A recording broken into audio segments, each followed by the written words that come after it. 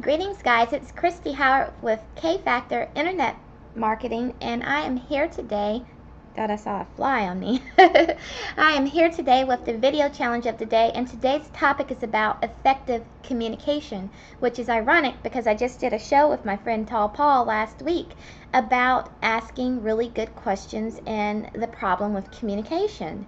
Now, one of the quotes that I've learned lately that I really love and I've been using the heck out of is that the problem with communication is the assumption that everyone makes that they have effectively accomplished it. Let me repeat. The problem with communication today is everyone's assumption that they have accomplished it effectively. So if everybody thinks that they have properly communicated with people and they just go on about their way because they feel like, well, I told them, and you never realize that your communication method is insufficient, or your communication method is flawed, your communication method is lacking, then you never have anything to, one, to follow up on, two, to try to improve, because you think you got it down packed, so people don't try to improve on skills that they already feel they have mastered. When the true answer is that none of us are 100% effective communicators. Why? Because communication and its effectiveness is relative to the other person that's receiving it. Meaning that I may be able to speak with person A one way and they're like, oh, okay, thank you, Christy, I understood, that was clear, that was clear to me. But I may speak to person B, say the exact same thing, and then it's like that person walks away scratching their head and feeling like, what the hell was Christy talking about? It was clear as mud to me. So one of the things that we all need to work on is being able to listen to people in a holistic fashion. Now, what does a holistic fashion mean? Meaning that when you communicate with people, particularly in person where you can have your eyeballs on them, is that you pay attention to their body language, that you're listening to the inflection in their voice, that you're paying attention to their movements. You're paying attention to, how they hold their body when you say certain things. Are they relaxed? Are they open, to the communication? That has a lot to do with being an effective communicator, because that will tell you whether or not the tone that you're using, the communication method that you're using, the channel that you're on, meaning that your vibrational channel, whether it's effective for that person or not. Sometimes we have to match people. We have to come down and match people where they are, or we have to rise up and match them where they're at. Case in point, sometimes when you meet someone and you're trying to fill them out, let's say you're prospecting, you're in sales, the best way to relate to someone is to meet them where they are. So the first thing you want to do is you want to get them talking so that you can figure out where exactly they are. Then you want to bring your level up or down to meet them. Now, what do I mean by your level? I mean, like if they're an upbeat person and they're ADD and they're all over the place and they're blah, blah, blah, blah, blah, blah, then you want to bring your level up so that they can receive you, because they need to receive you on the same level that you're on. But if they're kind of laid back and talk kind of slow and no sense of urgency about anything, then you may have to bring your level down so that you can speak to them on their level so that they can receive you. You understand what I mean? So the biggest thing about communication is being able to identify what level, what vibration, what method, what channel you need to communicate with the other person on. And then I think the best thing that you can do afterwards is to verify that the communication is received and effective. And what's the best way to do that?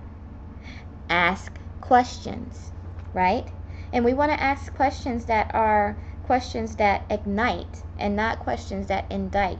Meaning, we don't want to ask questions that make people feel like they need to be on the defensive, or that make people feel like you're trying to prove your point, which is contrary to their point. Meaning that you want to ask questions that probe and not questions that prove, because questions that are asked just simply to prove or reinforce your point of view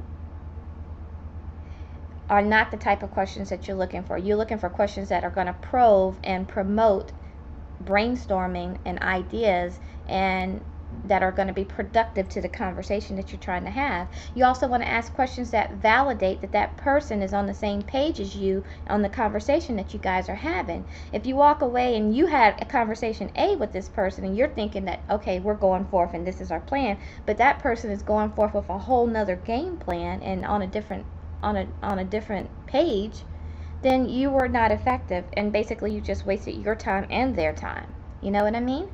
So learn to listen. I'll go back over some things because we're right around 5 minutes on the video now. So learn to listen holistically to people, meaning if you're on the phone with them, listen to the rise and fall of their voice, whether they're excited, disappointed, upset, you know. Listen to the rise and fall of their voice, the inflection in their voice. Listen to their conviction. Okay, if you're in person, you have an even greater advantage because you now get to absorb their body language, their facial expression, along with what you hear. That's holistic hearing. The other thing you want to do is always ask good questions that probe and promote productivity for the conversation that you're having. So make sure that you don't ask questions that indict, but that ignite. Okay, and then make sure that you remember that everybody receives information differently, and that you may need to raise or lower your vibration in order to effectively communicate your message to that person. So I hope that I've been effective at communicating with you today, and that you can use some of this information and take it and apply it anywhere in your life to be a better communicator with your family, with your clients, with your friends, with strangers. And that you remember most of all is that you don't know everything, and that you are not the best communicator in the world. None of us are, and that we always have to work on these things to improve ourselves and to improve our ability to effectively communicate with other people. So I'm Kristie Howard with K Factor Internet Marketing. If you are interested in getting in contact with me, and I hope you are, I hope that you'll click on some of the links down below. There'll be an email, there'll be a Facebook link, there'll be a Twitter link, there'll be all these links, and you'll be able to find me.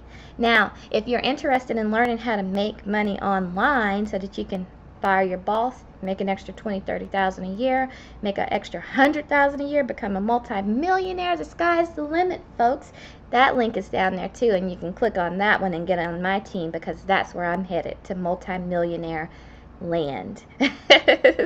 So thank you for watching my videos. I sincerely appreciate you and your patronage. I hope that you'll come back and watch more videos, that you'll look at my blog. The blog link will be down there as well. I'm doing it big in 2013. This is my year. I hope that you'll come along for the ride, because it can be your year too. Kristie Howard, K Factor Internet Marketing, and until the next time, folks, be safe and be happy on the internet.